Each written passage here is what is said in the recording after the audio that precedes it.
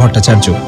প্রধান চরিত্রে Sherlock Holmes, doctor Watson, Helen Stoner এবং ডক্টর রয়লট। গল্প পাঠে দীপ এবং মীর। গল্পের সূত্রধার সোমক। শুরু হচ্ছে the adventure of the speckled band.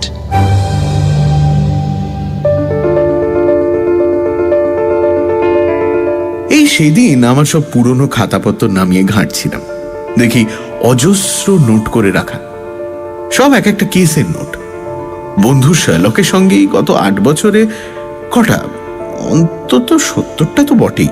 হ্যাঁ, 70টা কেসে একসঙ্গে থেকেছি, ওকে রাত দিন কাজ করতে দেখেছি, ওর বুদ্ধি খেলানোর প্রতিটা পদক্ষেপ অক্ষরে অক্ষরে পড়েছি। কিছু কেস অতি দুঃখজনক মোড় নিয়েছে, কিছু হাস্যকর পর্যায়ে গিয়ে শেষ হয়েছে, কিম্ভূত কিছু কেসেরও কমতি হয়নি। কিন্তু কি জানেন, একটাও কেস দেখতে পাবেন না যা নিতান্তই গড়পড়তা, একঘেয়ে। আসলে শার্লকের তো ব্যাপারই আলাদা। অবশ্য এ আর নতুন করে কি বলবো, সে যাক। আসলে শার্লক তো কখনোই স্রেফ টাকার জন্য কাজ করতে যায়নি, সর্বক্ষণ ওকে তাড়িয়ে বেড়াতো অদ্ভুতুড়ের আনন্দ, এমন একটা কিছু যা মুহূর্তেই আক্রান্ত করবে ওকে অনবদ্যভাবে, ছাড়খাড় করবে ওর মন মাথা। আর সেই কেস যদি ফ্যান্টাস্টিকের দিকে মোড় নেয়, শার্লকের চেয়ে আনন্দিত তখন আর কেই বা হবে। তবে এই এতগুলোর মধ্যেও না একটা কেস এখনো নাড়া দিয়ে যায়, স্টোক মোরানের রয়্যালট পরিবারের সে কথা। আমি তখন অবিবাহিত, শার্লকের সঙ্গে থাকি বেকার স্ট্রিটে। বলতে পারেন আমাদের বন্ধুত্বের একেবারে আদি যুগ। অনেককাল ভেবেছি আপনাদের শোনাবো এই কেসের কথা, কিন্তু কি আর করা, যে ভদ্রমহিলাকে নিয়ে এত ব্যাপার, খোদ তিনিই তো কথা দিয়ে নিয়েছিলেন আমাদের যে তার জীবিত কালে কোনো কিছুই আমরা প্রকাশিত করব না। তবে এই গত মাসে তার অকাল প্রয়াণে আমি প্রমিস মুক্ত হয়েছি। 1883 সালের এপ্রিল মাস, বেশ সকাল তখন, মানে খামোখা এই সময়ে আমার ঘুম ভাঙেই না। তো হঠাৎ দেখি নাকের ডগায় শার্লক, একেবারে ফিটফাট, যেন এক্ষুনি বেরোবে। ঘুম জড়ানো চোখে দেখলাম 7:15 বাজে। বেশ অবাক হলাম, কারণ একে তো নিজে সাধারণত ঢের বেলা করে উঠতো, আর দ্বিতীয়ত ও যখন ইচ্ছে উঠুক গে যাক, আমি কেনই বা আমার অভ্যেস ভাঙবো বলুন তো? একটু বিরক্তই হলাম। অবেলায় ঘুম ভাঙানোর জন্য দুঃখিত ওয়াটসন, কিন্তু কি করি বলো, আজ সকাল থেকে তো এমনটাই হয়ে আসছে। মিসেস হাডসনকে কে একজন টেনে তুললো, তারপর মিসেস হাডসন আমায়, আর ডমিনো এফেক্টে এবার আমি তোমায়। উফ, কেন, কি হয়েছে? আগুন নাকি? ক্লায়েন্ট। যা বুঝতে পারছি, কোনো এক মহিলা এসেছেন দেখা করতে, এবং অত্যন্ত উত্তেজিত তার মনের অবস্থা বোধ হয়। আপাতত সিটিং রুমে তিনি উপস্থিত। এখন ব্যাপার হচ্ছে, এই ঘোরতর অবেলায় যখন কোনো কম বয়সী নারী এসে অন্যদের ঘুম থেকে তোলেন, তখন সচরাচর ধরেই নেওয়া যায় অতি গুরুত্বপূর্ণ কিছু জানান দিতে চান। যদি শুনে মনে হয় কেসটি জবরদস্ত, তবে নিশ্চয়ই তুমিও একেবারে প্রথম ধাপ থেকে তাতে মগ্ন থাকতে আগ্রহী হবে, এবং তা ভেবেই আমার এই ঘুম ভাঙানোর পরিকল্পনা। হ্যাঁ, বলো কি? আরে, I wouldn't miss it for anything বন্ধু, বল। এই এক সাংঘাতিক নেশা আমার, জানেন, শার্লককে জটিলতার পরত খুলতে দেখা। উফ, এই একবার মনে হবে যেন অঙ্ক কষছে, তার পরক্ষণেই দেখবো অদ্ভুতভাবে নিজের ইন্টুইশনের উপর বিশ্বাস করে কোনো আজব খেল দেখালো। সে যাক, আমি এক লাফে বিছানা ছেড়ে খানিক ব্রাশ করে নিলাম, নিয়ে এক দৌড় লাগালাম ওর সঙ্গে সিটিং রুমের উদ্দেশ্যে। গিয়ে দেখি এক ভদ্রমহিলা, মাথা থেকে পা অব্দি কালো ঢাকা, হ্যাঁ এমনকি মুখটাও আড়ালেই, জানলার ধারে বসেছিলেন। আমাদের দেখেই উঠে দাঁড়ালেন। গুড মর্নিং ম্যাডাম, আমি শার্লক হোমস, আর ইনি আমার বন্ধু, সহযোগীও বটে, ডক্টর ওয়াটসন। ওনার সামনে মন খুলে বলতে পারেন যা বলার। আপনার জন্য একটু কফি বলি? বেশ কাঁপছেন তো আপনি, একটু ফায়ার প্লেসের কাছটাই এগিয়ে আসুন না। এই কাঁপুনি শীতের নয়, তবে ভয় মিস্টার হোমস, ভয়, আতঙ্ক। ছেড়ে দিন ভয়, সব ঠিক করে দেওয়া যাবে। নিশ্চিন্ত থাকুন, সকালে ট্রেন ধরে এলেন তাই তো? আপনি আপনি আমায় চেনেন তাহলে?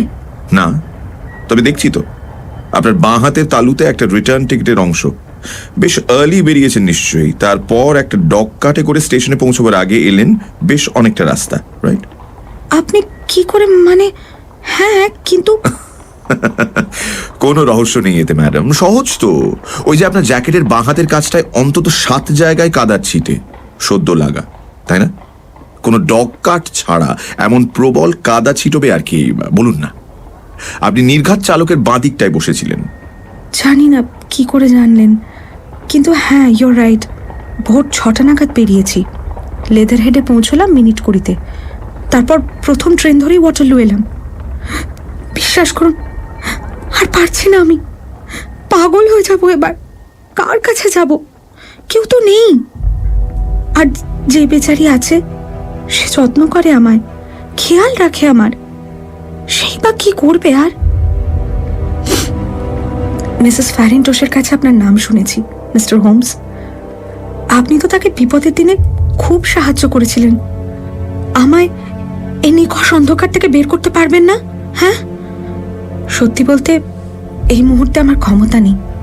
আপনাকে ন্যূনতম পারিশ্রমিকও দেব, কিন্তু বিশ্বাস করুন, মাস দেড়েকের মধ্যে অবস্থা বদলে যাবে। আমার বিয়ে হবে, আমার হাতে বেশ কিছুটা আর্থিক রেস্তও আসবে। আমি আপনার বিশ্বাস ভঙ্গ করব না, কথা দিচ্ছি। ফ্যারেন্টোস, ইয়েস, মনে পড়েছে। ওই একটা ওপেল টিয়ারা সম্বন্ধিত কেস ছিল, রাইট? ওয়াটসন, তোমার সঙ্গে আলাপ হওয়ার বহু আগের ব্যাপার এটা। দেখুন ম্যাডাম, আপনার বন্ধুর ক্ষেত্রে যে মনোযোগ দেখিয়েছিলাম হুবহু তাই আপনার বেলায়ও হবে। আর পারিশ্রমিকের কথা বলছেন, আমার এই কর্মক্ষেত্রই তো আমার পারিশ্রমিক। এর চেয়ে বড় পুরস্কার আর কোথায় পাবো? তবে আমার সমস্ত খরচাপাতি যদি আপনি একান্তই মিটিয়ে দিতে চান, তা নয় দেবেন সুবিধে মতো, কিন্তু সেসবের আগে প্লিজ বলুন সমস্যাটা কোথায়? সমস্যা আসলে আমার এই যাবতীয় ভয়, আতঙ্ক এমন এক ভেগ অস্পষ্ট ভাবনার ওপর দাঁড়িয়ে যে অন্যদের হয়তো এই সব আমার প্রলাপ মনে হবে। এমনকি একমাত্র যাকে আমি বিশ্বাস করি, আমার সবটা বোঝাতে পারি, সেও এসবকে এক নার্ভাস মহিলার অত্যুক্তি ধরে নিয়েছে। মুখের ওপর বলেনি ঠিকই, কিন্তু ওর ভঙ্গিমা স্পষ্ট। ও যেভাবে আমায় বোঝাতে চায় যেন শান্ত করছে, বুঝিয়ে সুঝিয়ে। কিন্তু মিস্টার হোমস, আমি তো শুনেছি আপনি মানুষের অন্তর পড়ে নিতে পারেন অনায়াসে, বুঝে নিতে পারেন পরতে পরতে জমা অসংখ্য অশুদ্ধ আস্তরণ। আমি শুনছি ম্যাডাম, প্লিজ। আমি হেলেন স্টোনার, থাকি আমার সৎ বাবার সঙ্গে, যিনি স্টোকমোরনের রয়্যালট পরিবারের শেষতম বংশধর। সারের পশ্চিমের সীমান্ত ঘেঁষা এই পরিবার ইংল্যান্ডের প্রাচীন স্যাক্সন পরিবারের অন্যতম। নামটা তো চেনা আমার। এই পরিবার এককালে গোটা ইংল্যান্ডের ধনীতম পরিবারের মধ্যে গণ্য হতো। কোথায় না কোথায় ছিল এদের সম্পত্তি, উত্তরে বার্কশায়ার থেকে পশ্চিমে হ্যাম্পশায়ার অবধি। ক্রমাগত পতন বলতে পারেন শুরু হয়েছে গত শতাব্দী থেকে। ওই যা হয় আর কি, ভুল লোকের হাতে পড়ে হেলায় হারালো এক এক করে সমস্ত কিছু। আর এক জুয়াখোরের হাতে পড়ে শেষমেশ এমন সঙ্গীন অবস্থা হলো যে খান কতক একর জমি আর একটা 200 বছর পুরনো বাড়ি ছাড়া আর কিছুই অবশিষ্ট নেই। তাও তো ও বাড়িও মর্টগেজের ভারে নুয়ে। ও বাড়িতে শেষ যিনি ছিলেন তাকে অ্যারিস্টোক্র্যাটিক পপার বললেও অত্যুক্তি হয় না। গিয়েছিল তো সর্বস্ব, শুধু যায়নি তাঁর মেজাজ। তার ছেলে মানে আমার সৎ বাবা বুঝতে পারেন অমনভাবে বাঁচা কষ্টকর, ইনফ্যাক্ট অসম্ভব। ফলে তিনি এক আত্মীয়র কাছ থেকে খানিক ধার করে মেডিকেল ডিগ্রি নিয়ে পাড়ি জমিয়েছিলেন ক্যালকাটা। সেখানে তাঁর দক্ষতা তাঁকে এনে দিয়েছিল অনবদ্য বসার। কিন্তু ওখানেই এমন বিপর্যয় ঘটে গেল, একদিন রাগের চোটে তিনি নিজের খানসামাকে খুন করে ফেলেন। আসলে বিগত কয়েকদিন বাড়িতে চুরিচামারির ঘটনা তাকে এমন রাগিয়ে তুলেছিল যে কপাল ঝরে মৃত্যুদণ্ড এড়িয়েছিলেন। কিন্তু দীর্ঘদিন জেল খাটার ফলে যখন শেষমেশ ইংল্যান্ড ফিরলেন, তখন বাবা সম্পূর্ণরূপে ভেঙে পড়েছেন, হতাশ, অবসাদগ্রস্ত। ডক্টর রয়্যালট মানে আমার সৎ বাবা যখন ইন্ডিয়ায় ছিলেন, তখনই আমার মা মিসেস স্টোনারের সঙ্গে তাঁর পরিচয়। এবং তারপর বিয়ে। আমার আসল বাবা মেজর জেনারেল স্টোনার বেঙ্গল আর্টিলারিতে ছিলেন। বাবা গত হওয়ার পর মা ফের বিয়ে করেন। আমরা মানে আমি আর আমার যমজ বোন জুলিয়া তখন 2। আমার মায়ের হাতে সে সময় বেশ আর্থিক রেস্ত ছিল, 1000 পাউন্ড তো কম করে। তো মা বিয়ের পর সে সমস্তই ডক্টর রয়লেটকে তুলে দিয়েছিলেন। বলেছিলেন যে আমার আর জুলিয়ার বিয়ের সময় যেন আমরাও তা থেকে খানিক অংশ পাই। কিন্তু ইংল্যান্ড ফিরে আসার কিছুদিনের মধ্যেই মা মারা যান। ক্রুর কাছে একটি রেল অ্যাক্সিডেন্টে তার মৃত্যু হয়। ঘটনার ঠিক পরে ডক্টর রয়লেট লন্ডনে সব ছেড়ে ছুড়ে আমাদের 2 বোনকে নিয়ে চলে এলেন সেই স্টোক মোরেনে। আমাদের তো কোনোই অসুবিধে রইল না, কারণ মায়ের দিয়ে যাওয়া সেই টাকা। কিন্তু বাবা কেমন আমূল বদলে গেলেন। সারাক্ষণ ঘরে আটকে রাখতে লাগলেন নিজেকে। বেরোতেন কালে ভদ্রে যখন, তখন অবধারিত ঝগড়া জুড়ে দিতেন আশেপাশের সকলের সঙ্গে। গত সপ্তাহে তো যা হলো কহতব্য নয়। ভাবতে পারবেন না, স্থানীয় এক কামারকে রেগে মেগে তিনি নদীর জলে ফেলে দিলেন। আমরা আর কি করি, প্রচুর অনুরোধ করে ওদের টাকা পয়সা ধরিয়ে কোন ক্রমে এই যাত্রায় মেচেছি। আর একটা অদ্ভুত কাণ্ড করেছেন তিনি। কিছু ভ্যাগাবন্ড জিপসিকে ওই পারিবারিক সম্পত্তিতে থাকতে দিয়েছেন। ওরা ওখানে থাকে আর বাবা প্রায়শই ওদের তাঁবুতে গিয়ে থাকেন। মাঝে মধ্যে তো আবার ওদের সঙ্গে বেরিয়ে পড়েন। দিন যায়, সপ্তাহ যায়, কোনো খবর পাই না আমরা। তারপর হঠাৎ একদিন আবার আর এক বিপদ হয়েছে। ওনার ইন্ডিয়ান জন্তু জানোয়ারের প্রতি অসম্ভব এক টান। কেউ একজন আছেন, আমি চিনি না, যে হিসব পাঠায়। আপাতত একটা চিতা আর একটা বেবুন রয়েছে, দুটোই খোলা ঘুরে বেড়ায় বাড়ির কম্পাউন্ডে। স্বাভাবিকভাবেই গ্রামের সকলেই ভয় পায়। কোনো চাকর টেকে না। আমরা 2 বোন মিলে বাড়ির সমস্ত কাজ করতাম। কি সাংঘাতিক মনোকষ্টে আমরা কাটাতাম বুঝতেই পারছেন। বেচারি জুলিয়া মাত্র 30এই তো চলে গেল। ওই বয়সেই সব চুল সাদা হয়ে গিয়েছিল, কি বুড়িও গিয়েছিল না। আপনার বোন মৃত? বছর 2 আগে। আর সেই মৃত্যু নিয়েই তো আপনার কাছে আসা। আমরা দুজনে অমন বদ্ধ থাকতে থাকতে হাঁপিয়ে উঠেছিলাম। কোথাও যাওয়ার নেই, কিচ্ছু করার নেই। নিজের বয়সে তো কাউকে পাওয়ার প্রশ্নই নেই। ছিল শুধু আমাদের এক মাসি, আমার মায়ের নিজের বোন, মিস অনোরিয়া ওয়েস্টফাইল। কাছেই হ্যারোয়ে থাকেন, তো আমাদের ওখানে একমাত্র যাওয়ার অনুমতি ছিল। জুলিয়া 2 বছর আগে একটা ক্রিসমাসে ওখানে গিয়েছিল। নেভিতে কাজ করা এক হাফ মেজরের সঙ্গে জুলিয়ার ওখানে আলাপ, ক্রমে এনগেজমেন্ট।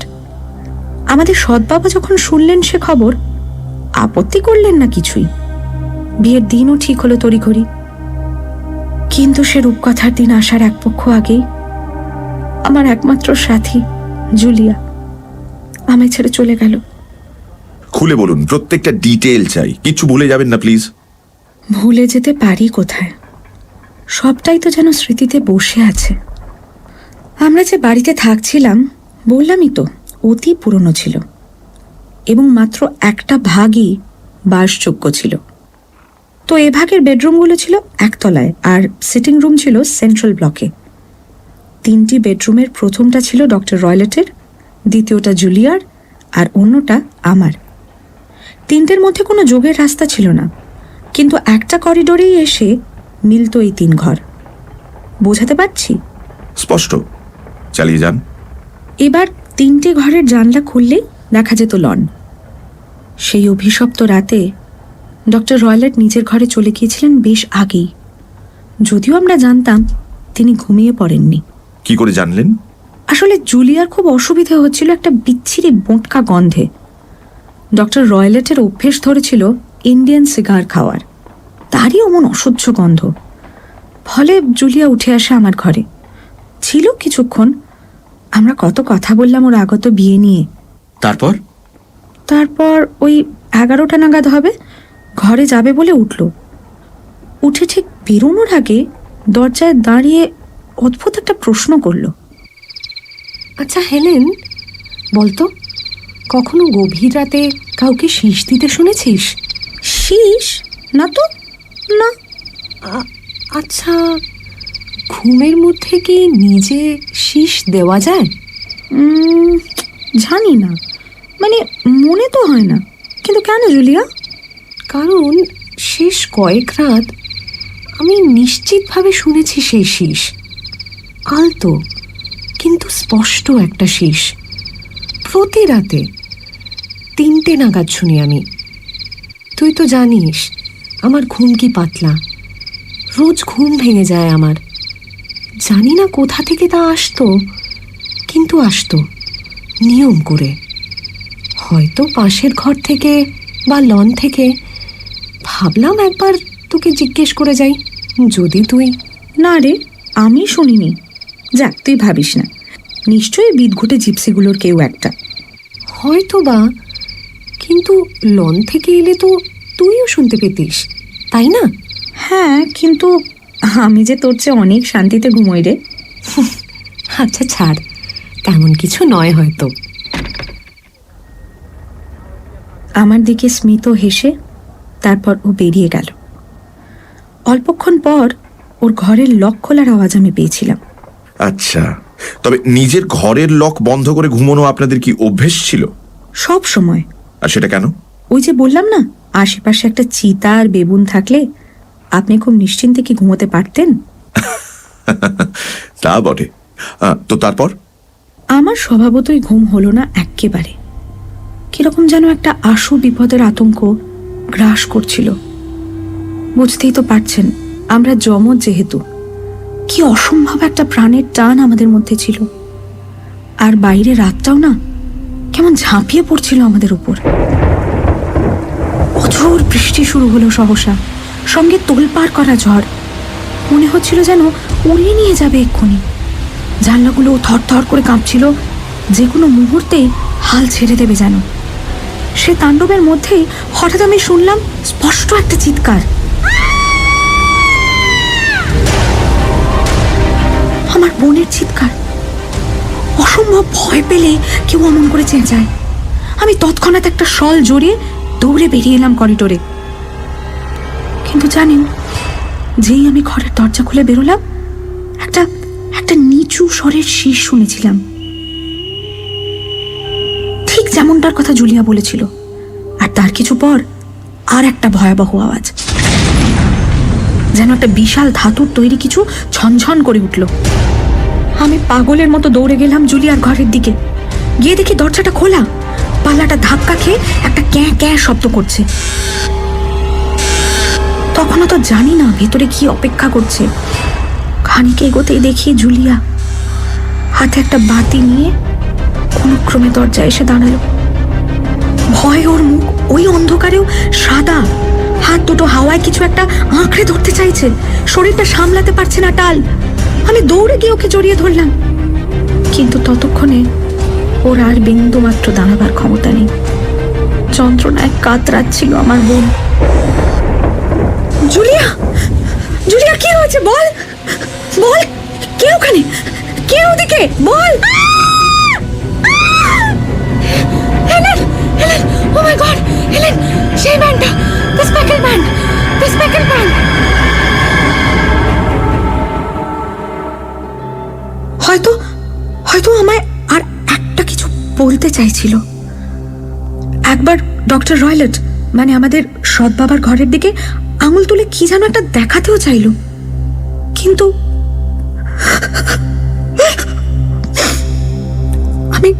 আমি দৌড়ে গেলাম বাবার ঘরের দিকে। তাকে ঢাকতে ঢাকতে দেখি তিনিও ড্রেসিং গাউন পরে দৌড়ে এদিকেই আসছেন। জুলিয়াকে অমন অচৈতন্য অবস্থায় দেখে প্রথমেই তিনি একটু ব্র্যান্ডি খাওয়ানোর চেষ্টা করলেন ওকে। কাজ হলো না। গ্রামের ডাক্তারকেও খবর পাঠানো হলো, কিন্তু জুলিয়া আমার কাছে কোনো কিছুতেই আর ফিরে এলো না। এক মিনিট, ওই যে শীষ আর মেটালিক সাউন্ডটা, আপনি নিশ্চিত সে ব্যাপারে? ঠিক ওগুলোই শুনেছিলেন? এনকোয়ারির সময় করোনারও ঠিক এই কথাটাই জিজ্ঞেস করেছিলেন। এখন দেখুন, বললামই তো কি বেয়ারা রাত ছিল, বাইরে ওরকম তোলপাড়। এবার তার মধ্যে ভুল তো হতেই পারে, কিন্তু আপনার বোন কি বাইরে বেরোনোর পোশাকে ছিলেন? না, নাইট ড্রেসেই তো। আর ওর ডান হাতে দেশলাইয়ের একটা জলা কাঠি ছিল, অন্যটায় দেশলাই বাক্স। অর্থাৎ তিনি কাঠিটা জ্বালিয়েছিলেন। যে মুহূর্তে তার মনে হয়েছিল কোনো কিছু একটা গন্ডগোল হচ্ছে, শি ওয়াজ অ্যালার্মড। আচ্ছা, করোনার তিনি কি পেলেন শুনি? তিনি খুব ডিটেলে সবটা ইনভেস্টিগেট করলেন। আসলে আমাদের সৎ বাবারও তো বিশেষ সুনাম ছিল না গ্রামে, অতএব তবে করোনার মৃত্যুর কোনো স্যাটিসফ্যাক্টরি কারণ খুঁজে পাননি। আমি বলতে পারি দরজা ভেতর থেকেই বেশ এটে সেটে বন্ধ করা ছিল, আর জানলার গরাদগুলো পুরোনো দিনের খাঁটি লোহার, ফলে বেশ নিশ্চিন্ত। চার দেওয়াল তাও একেবারে সলিড, মানে কোথাও কোনো ফাঁপা কিছু তো ছিল বলে মনে হয় না। আর চিমনিগুলো হ্যাঁ খানিক চওড়া ছিল, কিন্তু ওখান দিয়েও কারো ঢুকে পড়াটা অসম্ভব। মানে জুলিয়া সে রাতে একাই ঘরে ছিল যখন অঘটন ঘটে। তাছাড়া ওর শরীরেও তো কোনো অত্যাচারের চিহ্ন দেখিনি। বিষ? যদি বিষক্রিয়া হয়? ডাক্তাররা সে পরীক্ষাও করেছেন তো, নেগেটিভ। তাহলে আপনার কি মনে হয় কিসে মৃত্যু হলো? আমার ধারণা ভয়, অসম্ভব কোনো কিছুর একটা আতঙ্কে, যদিও সেটা কি তা জানি না।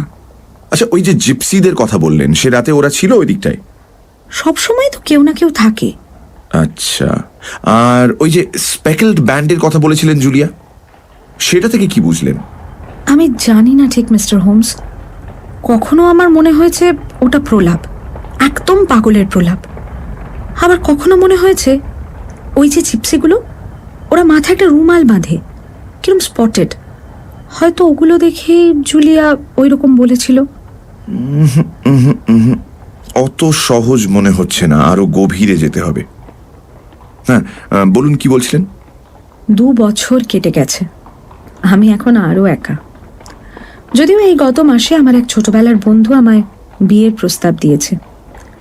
ওই ক্রেন ওয়াটার আছে না রিডিং এর কাছে, ওখানকারই মিস্টার আর্মিটাজের মেজ ছেলে, পার্সি আর্মিটাজ।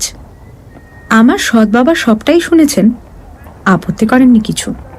আর আমাদের বিয়েও ঠিক হয়েছে আগামী বসন্তে।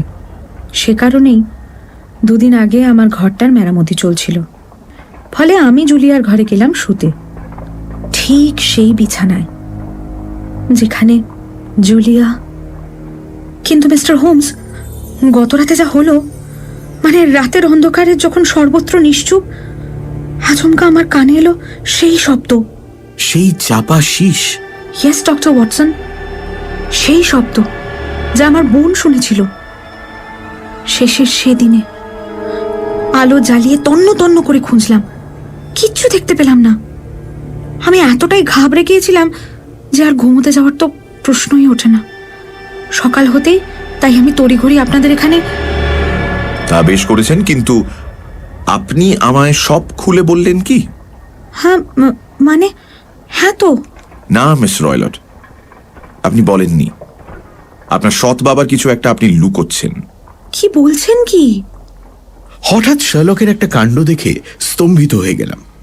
ও মিস রয়লেটের হাঁটুতে রাখা ডান হাতের কবজি থেকে লেস দেওয়া পোশাকের অংশটা ঝট করে তুলে নিল। বেরিয়ে পড়ল 5 আঙুলের কড়া একটা ছাপ। এটা কি মিস রয়লট? লুকোচ্ছেন না বললেন, তাই তো? আপনাকে তো আপনার সৎ বাবা অত্যাচার করেন, তাই না? অত্যাচার? না না, এই কি বলছেন? আসলে খুব বলশালী মানুষ তো, ঠিক বুঝতে পারেন না কতটা চাপ দিয়ে ফেলেছেন। অত্যন্ত জটিল মনে হচ্ছে। আরো 1000টা কথা আমার জানা একান্ত প্রয়োজন, তারপর নয় ভাবা যাবে পরবর্তী পদক্ষেপ। আর সময়ও তো হাতে নেই। আচ্ছা ধরুন আজই আমরা স্টোক মোরান যাই, যদি আপনার সৎ বাবার অজান্তে, সবকটা ঘর দেখতে পাবো। কেমন কোইন্সিডেন্স দেখুন, আজই উনি বলছিলেন শহরে কি সব যেন জরুরি কাজ আছে, সময়ও লাগবে বোধহয় বেশ খানিক। ফলে আপনারা আজ এলেই সুবিধে। একজন হাউসকিপার আছেন ওখানে, তবে তিনি তো বয়স্ক, তার উপর একটু বোকা শোকাও, আর আমি তাকে কায়দা করে সরিয়েও দেব। উত্তম বন্দোবস্ত। তা ওয়াটসন, তোমার নিশ্চয়ই আমার সঙ্গে আসতে বিশেষ আপত্তি নেই? আপত্তি? খেপেছ? চমৎকার। তবে রাইট মিস রয়লট, তাই ঠিক রইল, আমরা দুজনে আসছি আজ। আর এখন কি করবেন? এই কয়েকটা কাজও রয়েছে, ওগুলো একটু মিটিয়ে নিই। কিন্তু চিন্তা করবেন না, 12টার ট্রেনে ঠিক ফিরে যাব, আপনারা পৌঁছানোর আগেই। ও আচ্ছা, আমরাও যথাসময় পৌঁছে যাব। আমারও টুকটাক কিছু কাজ রয়েছে, তারপরই রওনা দিয়ে দেবো। কিন্তু আপনি একসঙ্গে ব্রেকফাস্ট করে যান না? মাফ করবেন, আমার এখন অনেকটাই হালকা লাগছে। এই যে সবটা খুলে বলতে পারলাম। আমি অপেক্ষা করব। আজ আসি।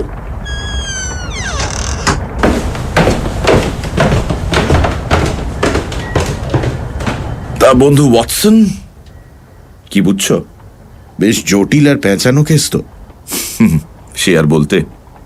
কিন্তু মহিলা যেমন বললেন, জানলা দরজা সব বেশ সুরক্ষিত ছিল, আর দেওয়ালও যখন একেবারে সলিড, তার অর্থ এই যে জুলিয়া মৃত্যুর সময় একেবারে একা ছিল ভেতরে। তাহলে ওই রহস্যময় শীষ আর জুলিয়ার শেষ কথাগুলো, স্পেকলড ব্যান্ড, তার কি মানে করবে ওয়াটসন? কিছুই মাথায় ঢুকছে না। মানে হতে পারে যদি তুমি পরপর কয়েকটা সূত্র জুড়ে নাও। প্রথমত, মাত্র রাতেই পাওয়া শীষের শব্দ, তারপর ওই জিপসিদের উপস্থিতি, ওদের সঙ্গে ডক্টর রয়লটের সখ্য। আবার ধরেই নেওয়া যেতে পারে যে ডক্টর রয়লট কিছুতেই চাননি মেয়ে বিয়ে করে চলে যাক। তারপর ধরো ওই মেটালিক আওয়াজ যা জুলিয়া শুনেছিলেন, নিশ্চিতভাবে ওটা কোনো একটা শাটার পড়ার আওয়াজ। অবশ্য অত ভেবে কাজ কি, ওখানে না গিয়ে পড়লে তো কোনো খেয়েই ধরতে পারবো না। তাহলে এই জিপসিরা কি করছিল? জানি না ওয়াটসন, আই ডোন্ট নো। আমার কিন্তু তোমার এই থিওরিটা মোটেই পোষাচ্ছে না। আমারও বিশেষ না ওয়াটসন, আর তাই তো আমরা আজ স্টোক মোরান যাচ্ছি। গিয়ে একবার সবটা দেখি, মতলবটা কি, ফেটেল কিছু নয় তো নাকি? আবার এখন কোন মক্কেল উদয় হলেন? হঠাৎ দেখি দরজা ঠেলে সত্যি এক অপরিচিত ঢুকে এলেন। ইনফ্যাক্ট দরজা ঠেলে বলার চেয়ে দরজা ভেঙে বলাটা বোধহয় সমীচীন হবে। যিনি এলেন তার শরীর স্বাস্থ্য বেশ জবরদস্ত। পরনে অদ্ভুত একরকম পোশাক, বলতে পারেন শহুরে ও গ্রাম্যর এক মিশেল। মাথায় হ্যাটটা এমন লম্বা যে আরেকটু হলেই দেওয়াল ছুঁত। মুখে হাজারটা ভাঁজ, আর যেন সূর্যের তাপে পুড়ে হলুদ মুখশ্রী। চোখে স্পষ্ট কোনো দুরভিসন্ধি। আপনাদের কোনজন হোমস? কে হোমস? হ্যাঁ, এই যে আমি, বলুন। আমি doctor Grimesby Roylott of Stoke Moran. Right, বসুন। বিশ্বাস করুন, আমি কিন্তু কোনো রকম মানে কোনো বাজে কিছু করিনি। আমার সৎ মেয়ে এখানে এসেছিল, আমি খবর পেয়েছি। কি কি কি কি বলেছে আমার নামে? হ্যাঁ, কি বলে গেছে? হ্যাঁ, কি বলেছে? জমিয়ে ঠান্ডা পড়েছে এবার। এই সময় এতটা জেনারেলি। আমার নামেও কি বলেছে? কি বলে গেছে? কিন্তু আমি তো শুনেছি এবার বেশ ঢালাও ফুল হবে। ও, আমায় রাগিয়ে তুলবেন? হ্যাঁ, আমি হাড়ে হাড়ে চিনি আপনাকে, স্কাউন্ড্রেল কোথাকার। নাম শুনেছি আগে, শার্লক হোমস, যে সব ব্যাপারে নাক গলায়, যে কথা নেই বার্তা নেই, রহস্য খুঁজে বেড়ায়। স্কটল্যান্ড ইয়ার্ডের সঙ্গে খুব দহরম মহরম, তাই না? বেশ সরেশ মানুষ তো আপনি। তা বেরোবেন যখন দয়া করে দরজাটা ভালো করে ভেজিয়ে দেবেন, রাইট? কথা এখনো শেষ হয়নি হোমস, আর ফালতু নষ্ট করার সময়ও না আমার নেই। আমি জানি হেলেন স্টোনা এখানে এসেছিল। শুধু একটাই কথা মনে করিয়ে দিতে চাই মিস্টার হোমস, আমার ব্যাপারে নাক গলাবেন না, বুঝেছেন? কারণ আমি কিন্তু সাংঘাতিক সর্বনেশে। খেয়াল রাখবেন যেন ভবিষ্যতে আমার খপ্পরে না পড়েন।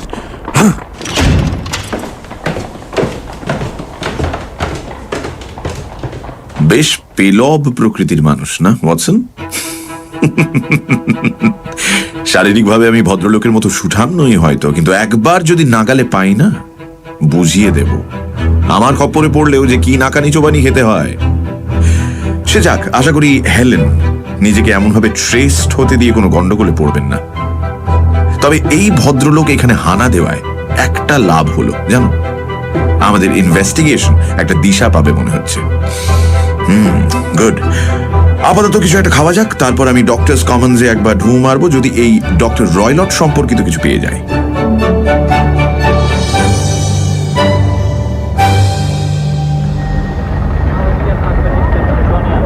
প্রায় দুপুর 1টা নাগাদ ফিরল শার্লক। হাতে ধরা ছিল একটা নীল কাগজ, তাতে ভর্তি এক গাদা নোট, ফিগার। মৃত স্ত্রীর করে যাওয়া উইলটা দেখলাম, বুঝলে? পুঙ্খানুপুঙ্খ হিসেব টিসেবও করে ফেললাম। মানে মৃত্যুর সময় তার কাছে যে 1100 পাউন্ড ছিল তার দাম এখন পড়ে গিয়ে হয়েছে 750। এবার বিয়ে করলে 2 মেয়ের তার থেকে 250 পাউন্ড প্রাপ্য, ফলে দুজনেই বিয়ে করে ফেললে আমাদের সদা হাস্যময় ভদ্রলোকের কপালে জোটে কি ওয়াটসন? অতি অল্প। আমার এই সারা সকালে দৌড়দৌড়ি আদৌ জলে যায়নি, কারণ এইবার আমি নিশ্চিত লোকটার একটা স্ট্রং মোটিভ রয়েছে এই বিয়ে আটকানোয়। তবে আমাদের কিন্তু এখানে দাঁড়িয়ে নষ্ট করার সময় নেই ওয়াটসন, বিশেষ করে যখন তিনি বুঝে ফেলেছেন আমরা এই কেসে অলরেডি হাত দিয়েছি। তো চলো অফ টু ওয়াটারলু। ও হ্যাঁ, একটা রিভলভার সঙ্গে নিও, ওকে? কখন কাজে লাগে। তার সঙ্গে একটা টুথব্রাশও। আর না, মনে হয় না আর কিছু লাগবে। সানডে সাসপেন্স শুধুমাত্র রেডিও মির্চি 98.3 FM এ।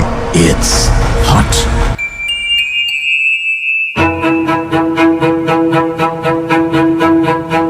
সানডে সাসপেন্সে আজ the adventure of the speckled band.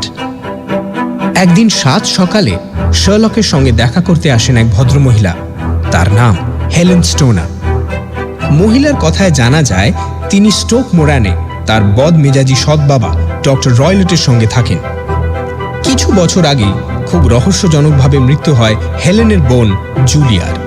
মৃত্যুর আগে শোনা গিয়েছিল এক অদ্ভুত শীষের শব্দ, আর গত রাতে সেই শব্দটাই আবার শুনতে পান হেলেন। তারপর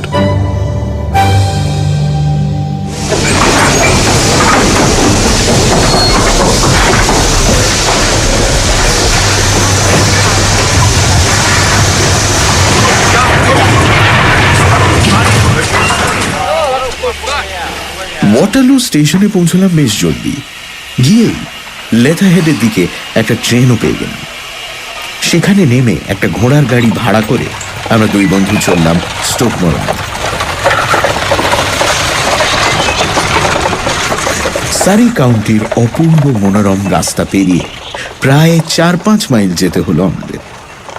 আকাশে বেশ তুলোর মেঘ, আবার নরম একরকম সূর্যও রয়েছে। হাওয়ায় সদ্য ভেজা মাটির গন্ধ, সব মিলিয়ে আসন্ন বসন্তের অমন্য মোহময় আবেশ দুর্দান্তই লাগছিল। অদ্ভুতও লাগছিল, কারণ ওই সুন্দর পরিবেশে আমরা কি করছিলাম না এক রহস্যের পিছে ধাওয়া। স্ট্রেঞ্জ না? প্রায় সারা রাস্তাটাই শার্লক মাথার টুপিতে চোখ ঢেকে, বুকে থুতনি ঠেকিয়ে মনে মনে হাজারটা অঙ্ক কষে গেল আমি জানি। তারপর হঠাৎ আমার কাঁধে টোকা মারল। ওই দেখো স্টোক মোরান। হ্যাঁ স্যার, ডক্টর গ্রিমসবি রয়লেটের বাড়ি। ওখানে আমাদের একটা মেরামতির কাজ চলছে আসলে। ও তাই? ওই যে দেখুন গ্রামটা দেখতে পাচ্ছেন, ওই যে বাড়িগুলো। কিন্তু রয়লেটদের বাড়ি যেতে হলে আপনারা বরং এই মাঠের পাশের ফুটপাতটা ধরুন, শর্টকাট হবে। ওই যে দেখুন একজন মহিলা হাঁটছেন, দেখতে পাচ্ছেন? ওটা মিস স্টোনার না? বেশ, আপনি যেমনটা বলছেন তেমনটাই করি। ওয়াটসন চলো তাহলে। আচ্ছা, আপনাকে যেন কত দেব? ভাড়া মিটিয়ে আমরা হাঁটা লাগালাম। নিজেদের আর্কিটেক্ট সাজানোটা জরুরি ছিল, বুঝলে? ওই বাড়িতে কাজ চলছে আমাদের, এটা না বললে কত রকম কথা যে বানিয়ে বলা শুরু হবে, ভাবতে পারছো Watson? Good afternoon miss stoner. কি বলেছিলাম না ঠিক সময় পৌঁছে যাব?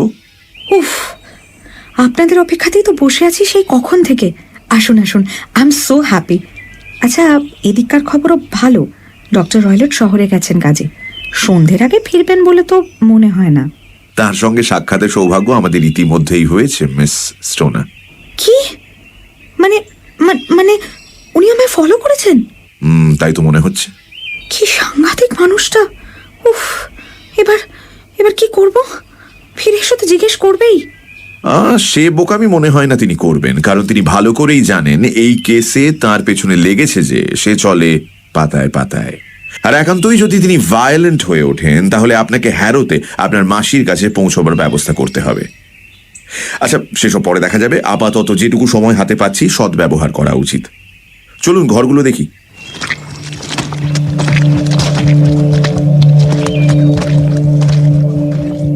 বাড়িটা গ্রে রঙের পাথরের তৈরি।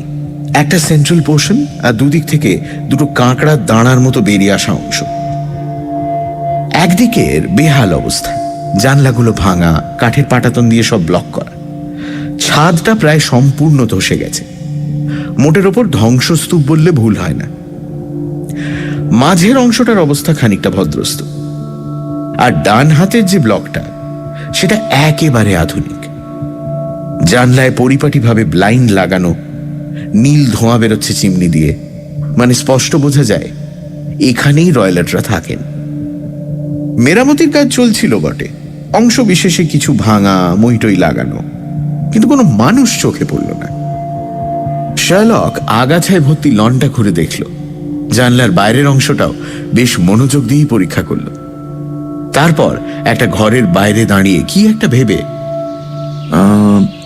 এটাই নিশ্চয়ই আপনার শোয়ার ঘর ছিল, জুলিয়ার পাশেরটায়, আর ডক্টর রয়লটের চেম্বারটাও তো এই পাশেই, তাই তো? হ্যাঁ, কিন্তু এখন আমি মাঝেরটায় শুচ্ছি, মানে জুলিয়ারটায়। সে যতদিন না মেরামতি হচ্ছে, তাই তো? কিন্তু এই দিকটায় খুব একটা মেরামতির প্রয়োজন তো তেমন দেখছি না। না, নেই তো। আমার তো বদ্ধমূল ধারণা আমাকে আমার ঘর থেকে সরানোর জন্যই এসব করা। আহা, দ্যাট ইজ সাজেস্টিভ। আচ্ছা, এবার এই সরু অংশের উল্টো দিকেই একটা করিডর, 3টে ঘর থেকে বেরিয়েই যেখানে এসে পড়া যায়। আচ্ছা, এদিকে তো ঘরের জানলাগুলো আছে, তাই তো? ও দিয়ে কেউ গলে বেরোতে পারবে না। অর্থাৎ আপনারা 2 বোন সেদিন যখন দরজা বন্ধ করেছিলেন, এই দিক দিয়ে কারো ঢোকা সম্ভব ছিল না, রাইট? এক কাজ করুন তো, একটু আপনার ঘরে গিয়ে এই করিডোরের দিককার জানলাগুলো খুলে রাখুন, কিন্তু শাটারটা কষে বন্ধ করে দিন।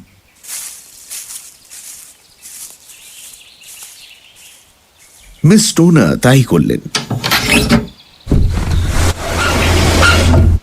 তারপর শার্লক ওই খোলা জানলাগুলোর মধ্যে দিয়ে হাত ঢুকিয়ে খুব করে চেষ্টা করলো বন্ধ শাটারটা খুলে ফেলার, কিন্তু কোনো কাজ হলো না।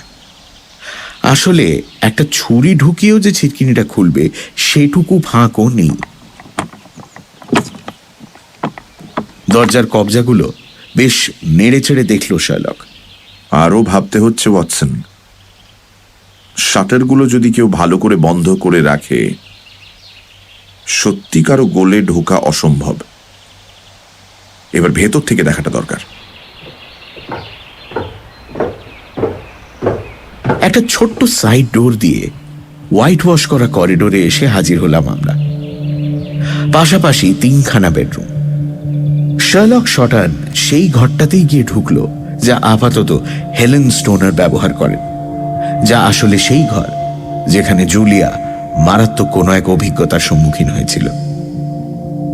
এমনি ঘরটা মোটের ওপর বেশ ছিমছাম, থাকতে মন্দ লাগবে না।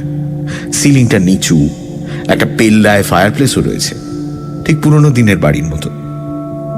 একধারে ব্রাউন রঙের কিছু ড্রয়ার, একটা সরু সাদা খাট, আর জানলার বাঁদিকে একটা ড্রেসিং টেবিল। ঘরে আসবাব বলতে আর 2টো বেতের চেয়ার, আর ঠিক মাঝখানে একটা ওয়েলটন কার্পেট। ঘরের উডেন প্যানেলগুলো যদিও কোনার দিকালের কে জানে, রং চটে গেছে, অর্ধেক পোকায় খাওয়া। শার্লক হঠাৎ একটা চেয়ার টেনে এক কোণে গিয়ে বসল। মুখে একটাও কথা নেই, কিন্তু চোখগুলো ঘুরছিল সারা ঘর। আমি জানি মানুষ চোখে সবটা তুলে রাখছে সে। তারপর হঠাৎ দেওয়াল থেকে টাঙানো একটা ঘন্টার দড়িতে ওর নজর পড়ল। এটা দিয়ে কি হয়? ওই হাউসকিপারকে ডাকার জন্যে। দেখে তো মনে হচ্ছে খুব পুরনো নয়। না, নয় তো বটেই, এই ধরুন বছর 2 আগে লাগানো। আপনার বোন চেয়েছিলেন বোধহয়।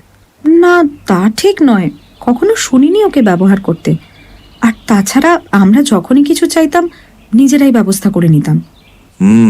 খামোখা এখানে এইভাবে একটা মজবুত ঘন্টার দড়ি অযথা লাগানো। ঠিক আছে, দেখে নিচ্ছি। আচ্ছা, আমায় একটু অনুমতি দিন, ভালো করে ঘরটা দেখতে হবে। কিছু বোঝার আগেই শার্লক সারা ঘরে একটা আতশকাচ নিয়ে ঝুঁকে কি সব দেখতে লাগলো। দেওয়ালের প্যানেলগুলো দেখলো, খাটের কাছটায় গিয়ে এদিক ওদিক খুব করে পর্যবেক্ষণ করলো। তারপর ওই ঘন্টার দড়িতে দিল এক টান। কোনো আওয়াজ হলো না। আচ্ছা, এটা ডামি। কেন বাজে না? বাজবে কি করে? কোনো তারের সঙ্গেই তো যোগ নেই। How interesting. দেখুন ওপরের ওই ভেন্টিলেটরটাই দেখুন, ওখানে একটা হুকের সঙ্গে লাগানো মাত্র। অ্যাবসার্ড, খেয়ালই করিনি আগে কখনো। সত্যি খুব স্ট্রেঞ্জ, অদ্ভুত কয়েকটা ব্যাপার রয়েছে ঘরটায়। খেয়াল করেছেন এই ঘরের ভেন্টিলেটর আর একটা ঘরের দিকে মুখ করা? মানে আর্কিটেক্ট এত খেটে খুঁটে কেন এমনটা করলেন? বাইরের হাওয়াই যদি না ঢোকে ঘরে, তাহলে ভেন্টিলেটরের লাভই বা কি? এটাও ওই বছর 2 আগে করানো। খুব ইন্টারেস্টিং। একটা ডামি ঘন্টার দড়ি, একটা এমন ভেন্টিলেটর যা আদতে ভেন্টিলেট করে না। মিস টোনা, আমায় কিন্তু এবার ডক্টর রয়লটের ঘরটাও একবার দেখে নিতে হবে।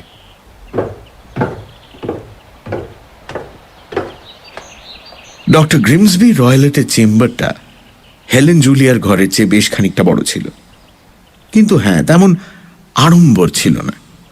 একটা ক্যাম্প খাট, ছোট একটা বইয়ের শেলফ, সমস্ত টেকনিক্যাল সব বইপত্তরে ভর্তি। খাটের পাশে একটা আরাম কেদারা, দেওয়ালের কাছে ঠাসা একটা প্লেন কাঠের চেয়ার, গোল একটা টেবিল, একটা বিরাট লোহার সিন্দুক। ব্যাস এই। শার্লক সবটা বেশ ঘুরে ঘুরে দেখল, পরীক্ষাও করল। তারপরে সিন্দুকের কাছে দাঁড়িয়ে জিজ্ঞেস করল, এর মধ্যে কি? ও আমার সৎ বাবার সব ব্যবসার কাগজপত্র। ও, আপনি তবে ভেতরের হাল হাকিকাত জানেন দেখছি। ও ওই একবারই মানে খুলে দেখেছিলাম বছর কিছু আগে, কাগজে ভর্তি ছিল। তা ভেতরে কোনো বেড়াল টেড়াল নেই নিশ্চয়ই? কি না, মানে এ কি অদ্ভুত কথা। কেন অদ্ভুত হবে কেন? এই দেখুন না, সিন্দুকের ওপর কি রাখা? ছোট্ট পাত্রে দুধ। না না, আমাদের এখানে কোনো বেড়াল নেই। চিতা আছে, বেবুন আছে, কিন্তু তা অবশ্য ঠিক, চিতা তো এক প্রকার পেল্লাই বেড়াল। তবে তিনি কি দুধ দিয়ে নিজের স্বাদ মেটাবেন? খুব সন্দেহ আছে। বলেই ও কাঠের চেয়ারটার কাছটা একটু উবু হয়ে বসে পড়ল। তুই খুব করে কি যেন দেখলো ওখানে। Okay, thank you, that is quite settled. এক মিনিট। আহা, এ তো দেখি ভারী মজার। শার্লকের নজর গিয়েছিল যাতে তা খাটের এক পাশে ঝোলানো একটা ডগ ল্যাশ বা কুকুরকে বাগে আনার চাবুক। চাবুকটা যদিও গোল করে পাকিয়ে একটা ফাঁসের মতো করা ছিল। কি বুঝছো ওয়াটসন? সাধারণ চাবুক, কিন্তু এভাবে কেন ফাঁস দেওয়া সেটা মাথায় ঢুকছে না। মোটেই নর্মাল নয়, রাইট? কিন্তু কি করবে বলো, পৃথিবীটাও তো আর সরল রেখায় চলে না। আর যখন কোনো চালাক নিজের ব্রেনটিকে অপরাধের দিকে নিয়ে যায়, সর্বনাশ সময়ের অপেক্ষা। যাক মিস টোনা, আমার যথেষ্ট দেখা হয়ে গেছে, এবার একটু বাইরের লনটা দেখে নি। শার্লককে এত মুখ কালো করে থাকতে এর আগে দেখেছি বলে মনে পড়ে না। লনের পুরোটা পায়াচারি করে কেমন যেন থম মেরে গেল। আর ওকে অমন গম্ভীর হয়ে থাকতে দেখে আমি তো ছেড়েই দিন, এমনকি মিস স্টোনারও দেখলাম একটিও শব্দ করলেন না।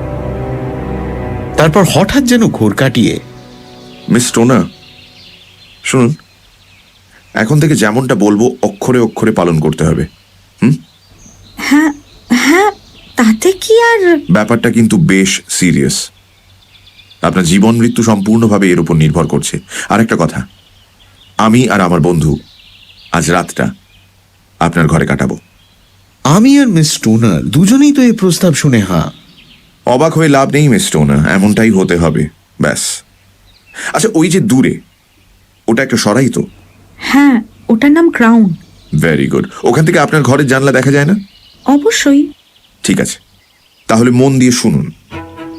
আপনার সৎ বাবা ফিরে আপনার খোঁজ করলে জানাবেন যে আপনার খুব মাথা ব্যথা, উঠতেই পারছেন না। তারপর যেই বুঝবেন তিনি নিজের ঘরে ঢুকে পড়েছেন, অমনি আপনি আপনার ঘরের জানলার শাটারগুলো খুলে দেবেন, দিয়ে একটা লম্ফ রেখে দেবেন তার উপর। ওটাই হবে আমাদের সিগন্যাল। এসব করে আপনি চুপি চুপি আপনার আগের ঘরে ফিরে যাবেন। মেরামতির মধ্যেও একটা রাত কোনো ক্রমে কাটিয়ে দিতে পারবেন তো? ধরেই নিচ্ছি পারবেন। সঙ্গে যা যা প্রয়োজন সব নিয়ে নেবেন। তারপর বাকিটা আমাদের হাতে ছেড়ে দিন। তা তো বুঝলাম, কিন্তু আপনারা কি করবেন সেটা? খুঁজে বের করব ওই চাপা শীষের উৎস। আপনি বোধহয় বদ্ধপরিকর, না? বলতে পারেন। তাহলে দয়া করে বলুন প্লিজ, আমার বোনের মৃত্যুর কারণ কি? হাতে আরো প্রমাণ না পেয়ে ঠিক বলতে চাই না। অন্তত অন্তত এইটুকু তো বলুন যে আমার ধারণাটা ঠিক কি না। মনে হয় না। আরো মজবুত কোনো কারণ ছিল নিশ্চিত। তবে এখানে দাঁড়িয়ে আর কথা বললে বিপদ, পুরোটাই জলে না যায়। ডক্টর রয়লটে ফেরার সময় হলো, তাই না? Good bye. তবে আরেকটা কথা, চিন্তা করবেন না, আপনার মাথার ওপর যে বিপদ ঘুরছে শীঘ্রই দূর হবে। ক্রাউনে ঘর পেতে আমাদের কোনো রকম অসুবিধাই হলো না। যে ঘরটা পেলাম সেখান থেকে স্টোক মোরান স্পষ্ট দেখতে পাচ্ছিলাম। সন্ধে হওয়ার মুখে দেখলাম ডক্টর রয়লট ফিরলেন। দেখেই মনে হলো বেশ ক্ষিপ্ত মেজাজে আছেন। কোচওয়ানের দিকে বিচ্ছিরি কি সব অঙ্গভঙ্গি করলেন।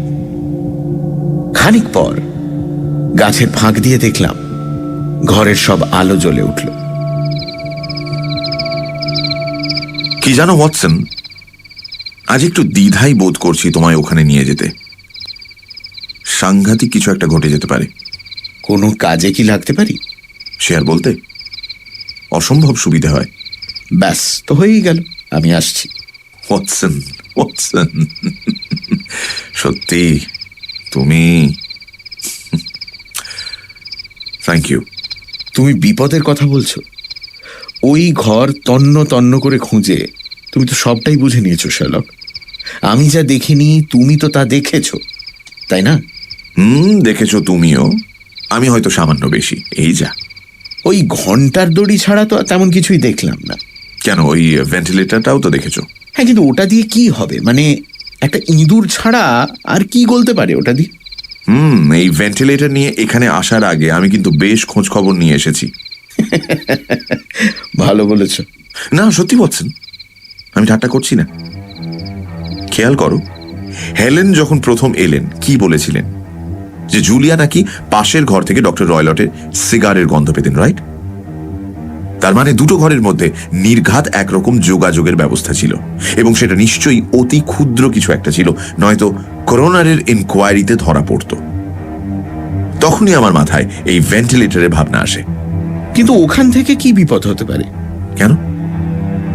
কোনো কিছুই খটকা লাগছে না? একটা ভেন্টিলেটর তৈরি করানো হলো, একটা দড়িও ঝোলানো হলো, এবং তারপরই একজন মহিলা যে ও ঘরে শুতো সে দুম করে মারা গেল। তোমার অদ্ভুত লাগছে না?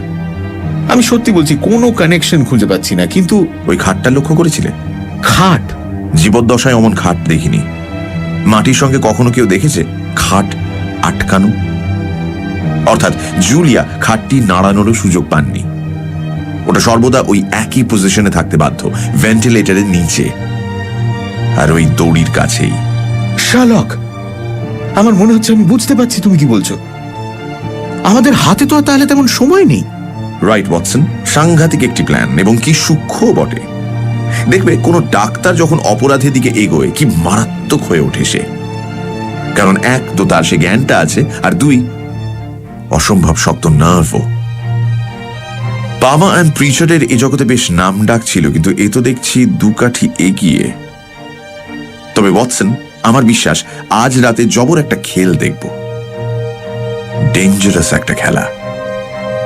তো তার আগে এসো দু বন্ধুতে পাইপে জমিয়ে সুকটান দেওয়া যাক।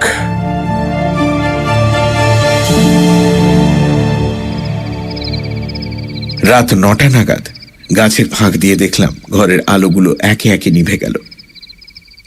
সম্পূর্ণ অন্ধকার এখনো দিকটা। ঘন্টা দুয়েক পেরিয়ে গেল। তারপর ঠিক 11টা বাজার মুহূর্তে মাঝের ঘরের জানলায় একটা লম্ফ জ্বলে উঠল। ওয়াটসন, ওই তো আমাদের সিগন্যাল। চলো। বেরোনোর সময় খুব কায়দা করে শার্লক সরাইখানার মালিককে বলল এত রাতে আচমকা বেরিয়ে যাওয়ার কারণ।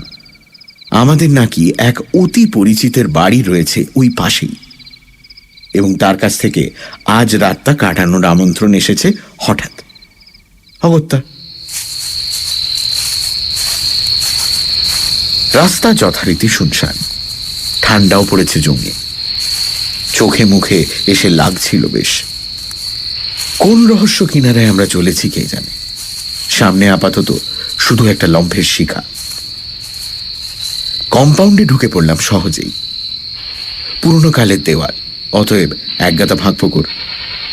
আমরা লন পেরোলাম, পেরিয়ে যেই না জানলা দিয়ে টপকে ভেতরে ঢুকতে যাব, কোথা থেকে একটা অদ্ভুত জীব আমাদের সামনে দিয়ে লাফিয়ে লনে এসে পড়ল। তারপর কেমন বিকৃত হাত পা নিয়ে মিলিয়ে গেল অন্ধকারে। চমৎকার বাড়ি কিন্তু, কি বলো?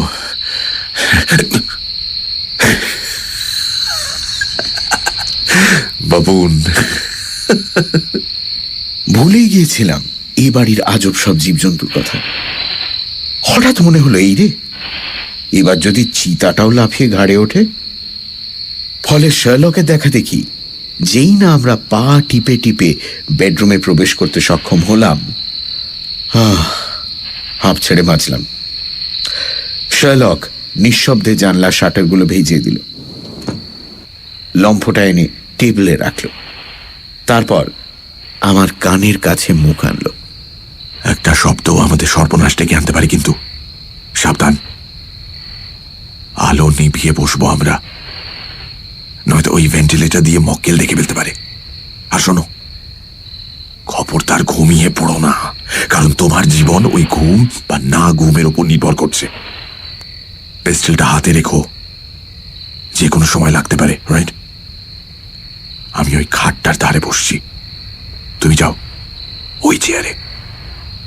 আমি রিভলভারটা টেবিলে রাখলাম, আর শার্লক দেখলাম সঙ্গে একটা ছড়ি এনেছিল, সেটা খাটে রাখলো। তার পাশে ওই একটা দেশলাই বাক্স আর মোটা একটা মোমবাতি রাখলো। লম্ফটা নিভিয়ে তারপর আমরা সম্পূর্ণ অন্ধকারে মিশে গেলাম। কতক্ষণ যে অমন ভয়াবহ আবহে আমরা বসেছিলাম খেয়াল নেই। নিঃশ্বাস বন্ধ রেখে আমরা অপেক্ষা করছিলাম কোনো এক সাংঘাতিক বিপদ ঘটার। আমার বন্ধু আমার চেয়ে অল্প দূরে বসে, কিন্তু আমি ওকে দেখতে পাচ্ছিলাম না। তবু আমি নিশ্চিন্ত ও অতন্দ্র প্রহরীর মতো জেগেছিল। বাইরে থেকে রাত পাখিদের ডাক আসছিল। একবার তো জানলায় ভয়ানক একটা চাপা গর্জনও শুনলাম। চিতাটি যে বহাল তবিয়তে ঘুরে বেড়াচ্ছে তাতে কোনো সন্দেহ নেই। দূরে কোথাও ঢং ঢং করে ঘড়ি সময় জানাচ্ছিল। 12টা, 1টা, 2টো, তারপর 3টে পেরিয়ে গেল। আমরা অপেক্ষামান। তারপর হঠাৎ একটা ঝলক, ভেন্টিলেটর থেকে কিছুটা আলো এসেই চলে গেল। আমরা তেল ও কোনো এক ধাতু পোড়ার একটা কড়া গন্ধ পেলাম। কেউ একটা পাশের ঘরে লম্ফ জ্বালিয়েছে। তারপর আবার সব চুপ, যদিও গন্ধটা আরো কড়া হতে লাগলো। কতক্ষণ হবে, অন্তত আধ ঘন্টা তো বটেই। আমরা বসে রইলাম কিছু একটা শোনার অপেক্ষায়। তারপর আচমকা একটা শব্দ পেলাম, মিহি একটা শীষ। কেটলি থেকে যেন বাষ্প বেরোচ্ছে, এবং তখনই দেখি শার্লক খাট থেকে লাফিয়ে নেমে ওই বেতের ছড়িটা দিয়ে ঘন্টার দড়িটায় অসম্ভব আঘাত করলো। দেখলে ওয়াটসন, দেখলে দেখলে তুমি? আমি তো কিছুই দেখতে পাইনি। আসলে শার্লক যখন দেশলাইটা জ্বাললো, আমি তখন এতটাই হতভম্ব যে কিছুই বুঝে উঠতে পারিনি প্রথমে। কিন্তু আমি একটা চাপা শীষ শুনতে পেয়েছিলাম স্পষ্ট। শার্লক যে কিসের ওপর অমন আঘাত করলো তাও বুঝতে পারলাম না। তবে শার্লকের মুখে আমি সাংঘাতিক একটা বিপদের ছায়া দেখেছিলাম। ও ভেন্টিলেটরের দিকে অদ্ভুতভাবে তাকিয়েছিল, যেন ওখান থেকেই কিছু। আর ঠিক তখনই এমন এক আর্তনাদ কানে এলো, যা সত্যি বলছি জীবদ্দশায় শুনিনি। একই সঙ্গে যেন ভয়, দুঃখ আর রাগ মেশানো। ক্ষণে ক্ষণে তা বেড়ে চলল। অনেক পরে শুনেছি ওই চিৎকারে নাকি দূরে গ্রামেরও অনেকে ধরফড়িয়ে উঠে পড়েছিল। পিলে চমকানো সে চিৎকার বেশ কিছুক্ষণ চলার পর শেষমেশ স্তব্ধ হল। আবার নিস্তব্ধতা ঘিরে ফেলল চারপাশ। আমার চোখে মুখে তখন অসীম জিজ্ঞাসা।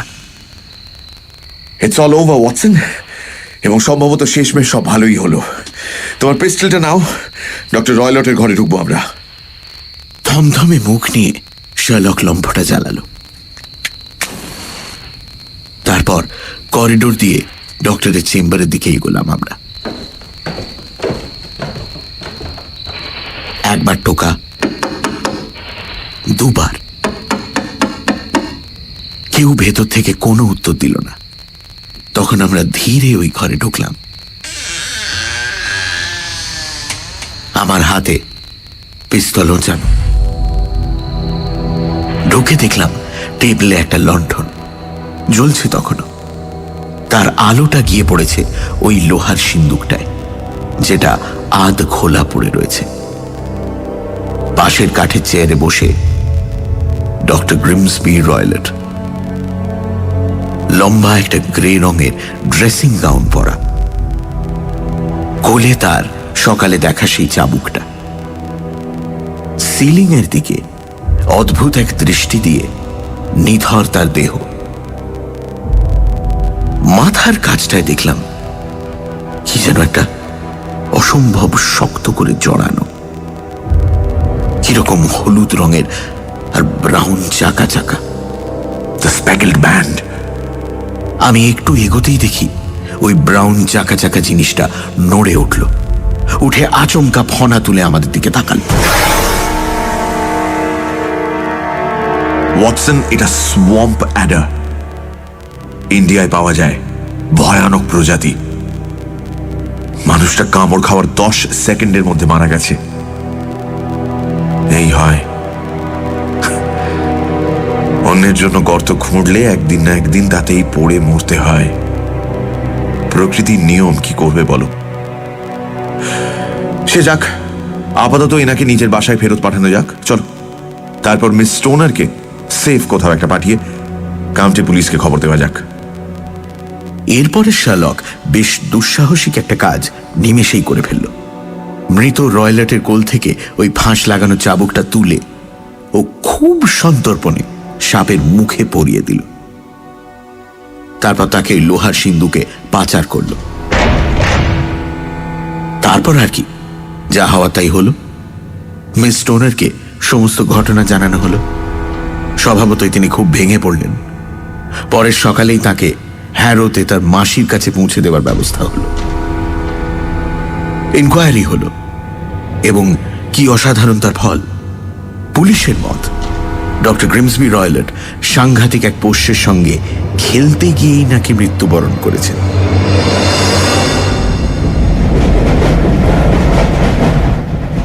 ফিরছি যখন আগামী দিন, শার্লকের কাছে পুরোটা শুনলাম। প্রথমে আমি একেবারেই ভুল পথে হাঁটছিলাম। ইনসাফিসিয়েন্ট ডেটা নিয়ে কাজ করলে যা হয় আর কি। এক তো ওই জিপসিদের উপস্থিতি, তারপর অন্ধকারে ভয়ের মুখে দেখা জুলিয়ার ওই ব্যান্ড আমাকে একেবারে অন্য ভাবনায় নিয়ে গিয়েছিল। তারপর ভালো করে ঘরটা দেখে বুঝলাম ভুল হচ্ছে কোথাও একটা। সর্বনাশ যদি আসে কারো, তবে তার দরজা বা জানলা থেকে নয়। আর তখনই আমার চোখ গেল ওই ভেন্টিলেটরের দিকে। আর ওই ফলস একটা দড়ি থাকাতেও আমার বদ্ধমূল ধারণা হলো যে এটা নিশ্চয়ই অন্য কোনো কাজে ব্যবহৃত হবে। ধরো যদি কেউ চায় ওই ভেন্টিলেটর দিয়ে কিছু একটা ঢুকিয়ে দিয়ে ওই দড়ির সাহায্যে বেয়ে নামিয়ে দেবে একেবারে খাটের ওপর, অর্থাৎ ওই দড়িটা একটা সেতুর মতো। আর ভাবো, খাটটাও কিন্তু মেঝের সঙ্গে আটকানো ছিল, মানে তুমি টেনে সরাতেও পারবে না।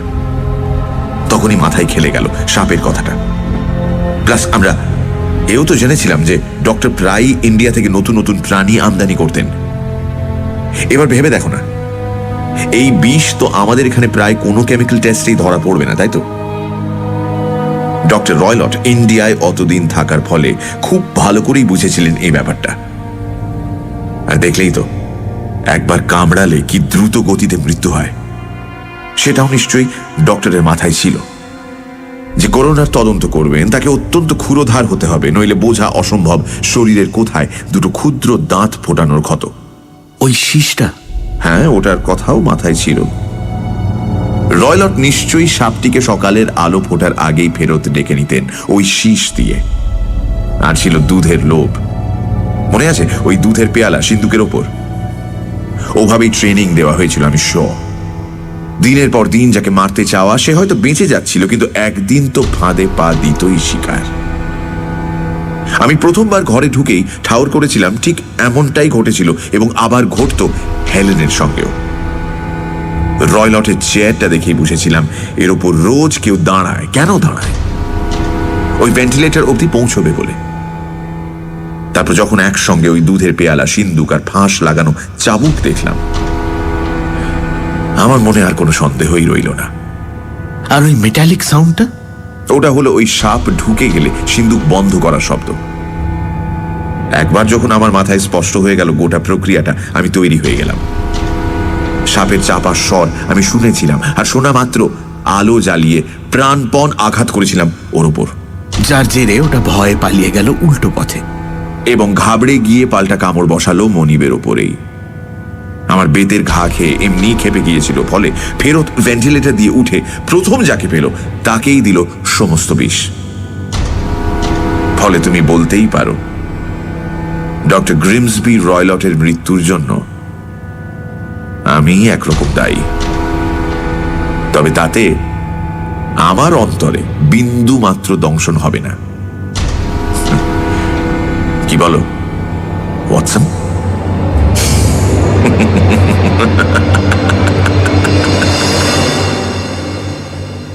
কোকসছে তার পরক্ষণেই দেখবো অদ্ভুতভাবে নিজের ইন্টুইশনের উপর বিশ্বাস করে কোনো আজব খেল দেখালো। সে যাক, আমি এক লাফে বিছানা ছেড়ে খানিক ব্রাশ করে নিলাম, নিয়ে এক দৌড় লাগালাম ওর সঙ্গে সিটিং রুমের উদ্দেশ্যে। গিয়ে দেখি এক ভদ্রমহিলা মাথা থেকে পা অব্দি কালো ঢাকা, হ্যাঁ এমনকি মুখটাও আড়ালেই জানলার ধারে বসেছিলেন। আমাদের দেখেই উঠে দাঁড়ালেন। গুড মর্নিং ম্যাডাম, আমি শার্লক হোমস, আর ইনি আমার বন্ধু, সহযোগীও বটে, ডক্টর ওয়াটসন। ওনার সামনে মন খুলে বলতে পারেন যা বলার। আপনার জন্য একটু কফি বলি? বেশ কাঁপছেন তো আপনি। একটু ফায়ার প্লেসের কাছটাই এগিয়ে আসুন না। এই কাঁপুনি শীতের নয়, তবে ভয় মিস্টার হোমস, ভয়, আতঙ্ক। ছেড়ে দিন ভয়। সব ঠিক করে দেওয়া যাবে। নিশ্চিন্ত থাকুন, সকালে ট্রেন ধরে এলেন তাই তো? আপনি আপনি আমায় চেনেন তাহলে? না, তবে দেখছি তো আপনার বাঁ হাতের তালুতে একটা রিটার্ন টিকিটের অংশ। বেশ আর্লি বেরিয়েছেন নিশ্চয়ই। তারপর একটা ডগ কাটে করে স্টেশনে পৌঁছবার আগে এলেন বেশ অনেকটা রাস্তা, রাইট? আপনি কি করে, মানে? হ্যাঁ, কিন্তু কোনো রহস্য নেই এতে ম্যাডাম, সহজ তো। ওই যে আপনার জ্যাকেটের বাঁ হাতের কাছটায় অন্তত 7 জায়গায় কাদার ছিটে সদ্য লাগা, তাই না? কোনো ডগ কাট ছাড়া এমন প্রবল কাদা ছিটবে আর কি বলুন না। আপনি নির্ঘাত চালকের বাঁ দিকটায় বসেছিলেন।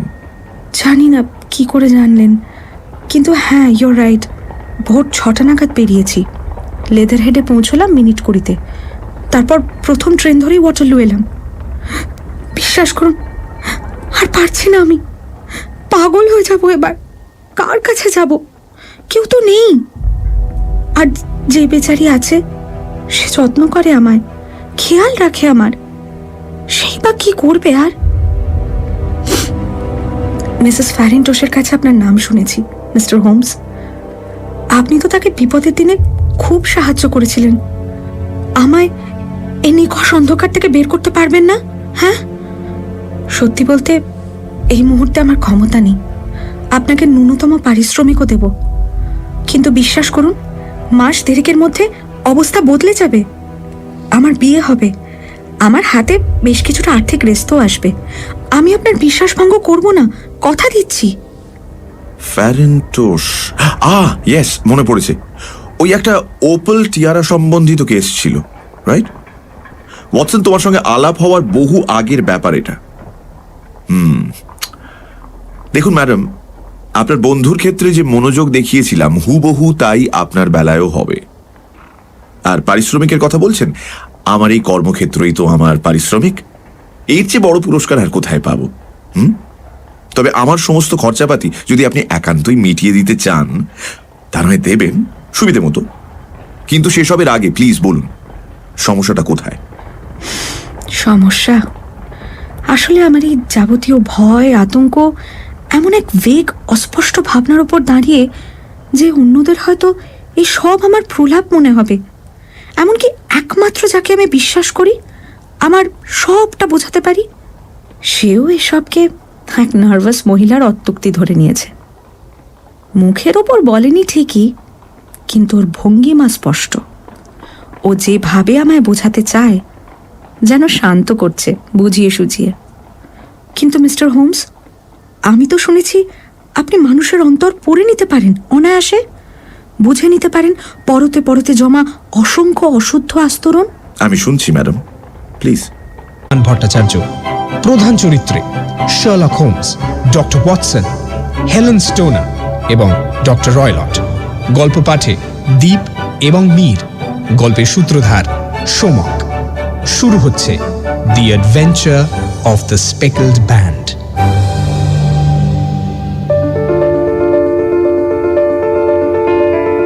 এই সেদিন আমার সব পুরনো খাতাপত্র নামিয়ে ঘাঁটছিলাম, দেখি অজস্র নোট করে রাখা, সব এক একটা কেসের নোট। বন্ধু শার্লকের সঙ্গেই গত 8 বছরে কটা, অন্তত 70টা তো বটেই। হ্যাঁ, 70টা কেসে একসঙ্গে থেকেছি, ওকে রাত দিন কাজ করতে দেখেছি, ওর বুদ্ধি খেলানোর প্রতিটা পদক্ষেপ অক্ষরে অক্ষরে পড়েছি। কিছু কেস অতি দুঃখজনক মোড় নিয়েছে, কিছু হাস্যকর পর্যায়ে গিয়ে শেষ হয়েছে, কিম্ভূত কিছু কেসেরও কমতি হয়নি। কিন্তু কি জানেন, একটাও কেস দেখতে পাবেন না যা নিতান্তই গড়পড়তা, একঘেয়ে। আসলে শার্লকের তো ব্যাপারই আলাদা। অবশ্য এ আর নতুন করে কি বলবো, সে যাক।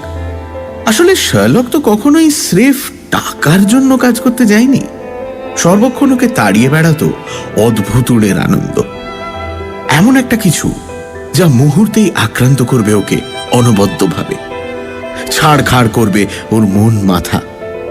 আর সেই কেস যদি ফ্যান্টাস্টিকের দিকে মোড় নেয়, শার্লকের চেয়ে আনন্দিত তখন আর কেই বা হবে।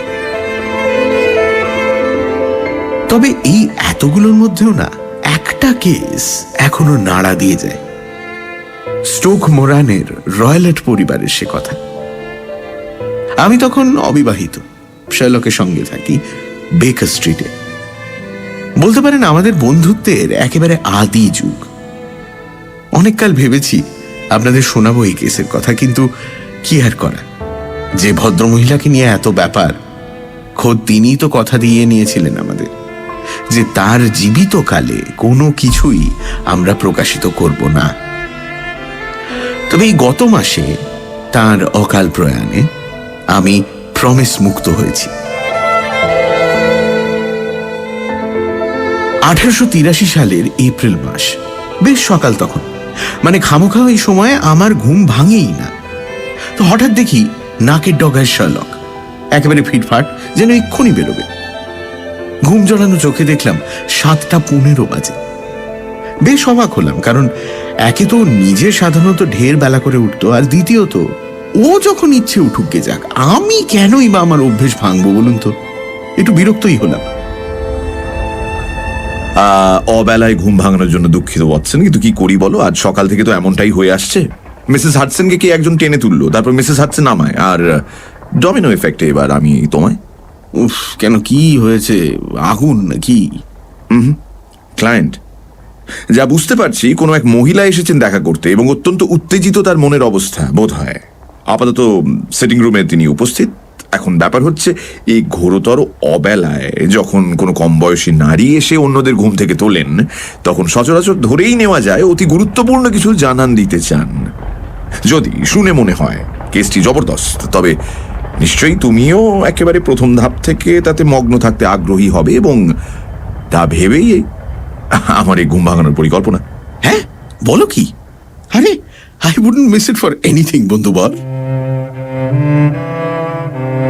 এই এক সাংঘাতিক নেশা আমার, জানেন, শার্লককে জটিলতার পরত খুলতে দেখা। উফ, এই একবার মনে হবে যেন আচ্ছা ছাড়, তেমন কিছু নয় হয়তো।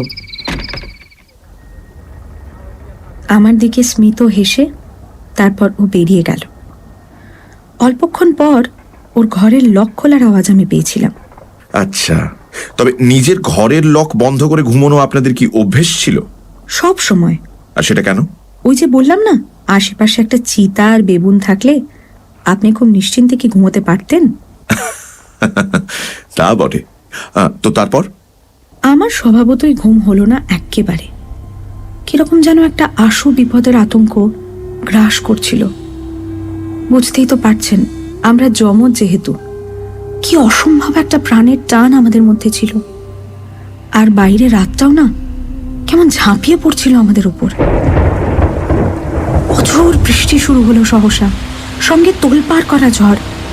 মনে হচ্ছিল যেন উড়িয়ে নিয়ে যাবে এক্ষুনি। জানলাগুলো থরথর করে কাঁপছিল, যে কোনো মুহূর্তেই হাল ছেড়ে দেবে যেন। সে তাণ্ডবের মধ্যেই হঠাৎ আমি শুনলাম স্পষ্ট একটা চিৎকার। আমার বোনের চিৎকার। অসম্ভব ভয় পেলে কেউ অমন করে চেঁচায়। আমি তৎক্ষণাৎ একটা শল জড়িয়ে দৌড়ে বেরিয়ে এলাম করিডোরে। কিন্তু জানেন, যেই আমি ঘরের দরজা খুলে বেরোলাম, একটা একটা নিচু স্বরের শীষ শুনেছিলাম, ঠিক যেমনটার কথা জুলিয়া বলেছিল। আর তার কিছু পর আর একটা ভয়াবহ আওয়াজ, যেন একটা বিশাল ধাতুর তৈরি কিছু ঝনঝন করে উঠল। আমি পাগলের মতো দৌড়ে গেলাম জুলিয়ার ঘরের দিকে। গিয়ে দেখি দরজাটা খোলা, পাল্লাটা ধাক্কা খেয়ে একটা ক্যাঁ ক্যাঁ শব্দ করছে। তখনও তো জানি না ভেতরে কি অপেক্ষা করছে। খানিক এগোতেই দেখি জুলিয়া হাতে একটা বাতি নিয়ে কোনক্রমে দরজায় এসে দাঁড়ালো। ভয় ওর মুখ ওই অন্ধকারেও সাদা, হাত দুটো হাওয়ায় কিছু একটা আঁকড়ে ধরতে চাইছে, শরীরটা সামলাতে পারছে না টাল। আমি দৌড়ে গিয়ে ওকে জড়িয়ে ধরলাম, কিন্তু ততক্ষণে ওর আর বিন্দু মাত্র দাঁড়াবার ক্ষমতা নেই। যন্ত্রণায় কাতরাচ্ছিল আমার বোন। জুলিয়া, জুলিয়া, কি হয়েছে বল, বল, কে ওখানে, কে ওদিকে, বল। Helen, Helen, oh my god, Helen, সেই ম্যানটা, the speckle man, the speckle man. হয়তো হয়তো আমায় আর একটা কিছু বলতে চাইছিল। একবার ডক্টর রয়লেট, মানে আমাদের সৎ বাবার ঘরের দিকে আঙুল তুলে কি যেন একটা দেখাতেও চাইল, কিন্তু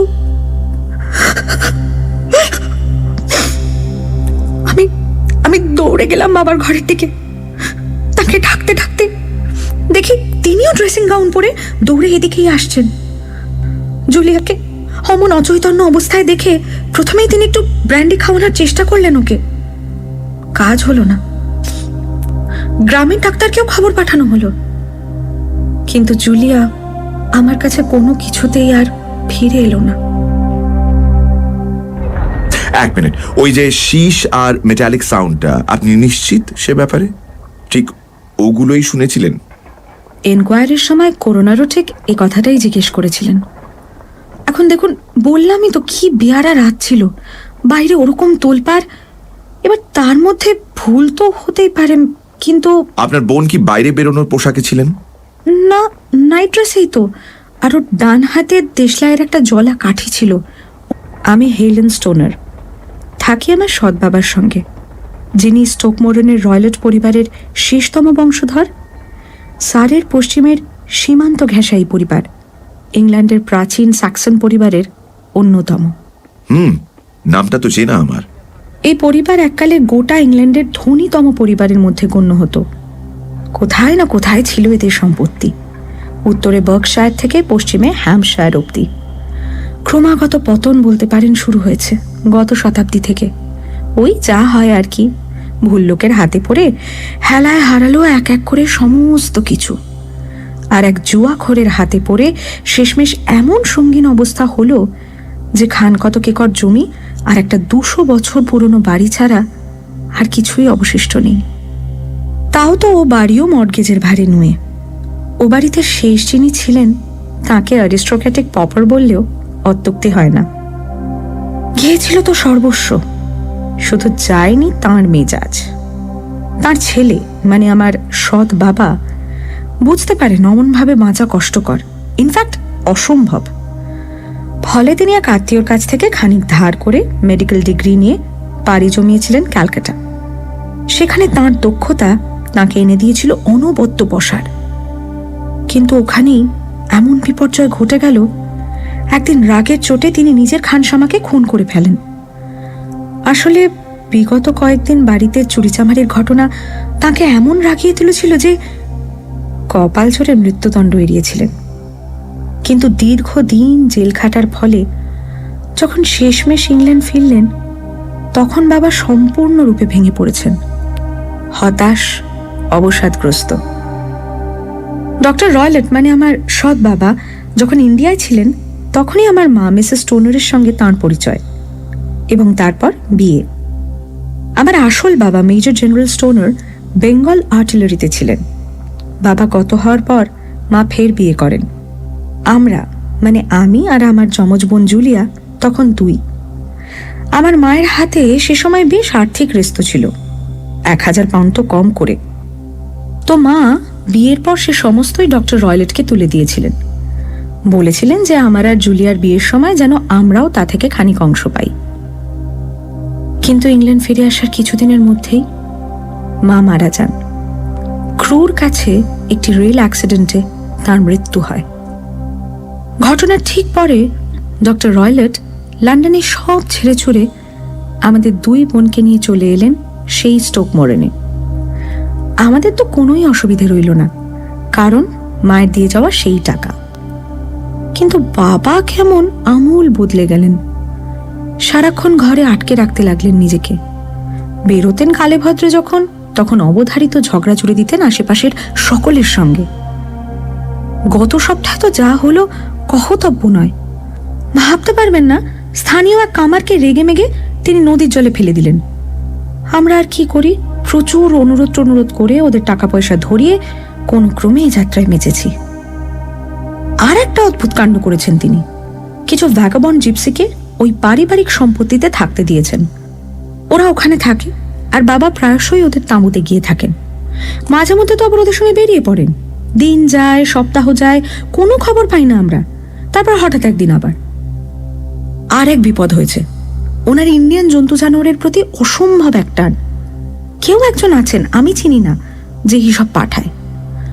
আপাতত একটা চিতা আর একটা বেবুন রয়েছে, দুটোই খোলা ঘুরে বেড়ায় বাড়ির কম্পাউন্ডে। স্বাভাবিকভাবেই গ্রামে সকলেই ভয় পায়। কোনো চাকর টেকে না। আমরা 2 বোন মিলে বাড়ির সমস্ত কাজ করতাম। কি সাংঘাতিক মনোকষ্টে আমরা কাটাতাম বুঝতেই পারছেন। বেচারি জুলিয়া মাত্র 30এই তো চলে গেল। ওই বয়সেই সব চুল সাদা হয়ে গিয়েছিল, কি বুড়িও গিয়েছিল না। আপনার বোন মৃত? বছর 2 আগে। আর সেই মৃত্যু নিয়েই তো আপনার কাছে আসা। আমরা দুজনে অমন বদ্ধ থাকতে থাকতে হাঁপিয়ে উঠেছিলাম। কোথাও যাওয়ার নেই, কিচ্ছু করার নেই। নিজের বয়সে তো কাউকে পাওয়ার প্রশ্নই নেই। ছিল শুধু আমাদের এক মাসি, আমার মায়ের নিজের বোন, মিস অনোরিয়া ওয়েস্টফাইল। কাছেই হ্যারোয়ে থাকেন, তো আমাদের ওখানে একমাত্র যাওয়ার অনুমতি ছিল। জুলিয়া 2 বছর আগে একটা ক্রিসমাসে ওখানে গিয়েছিল।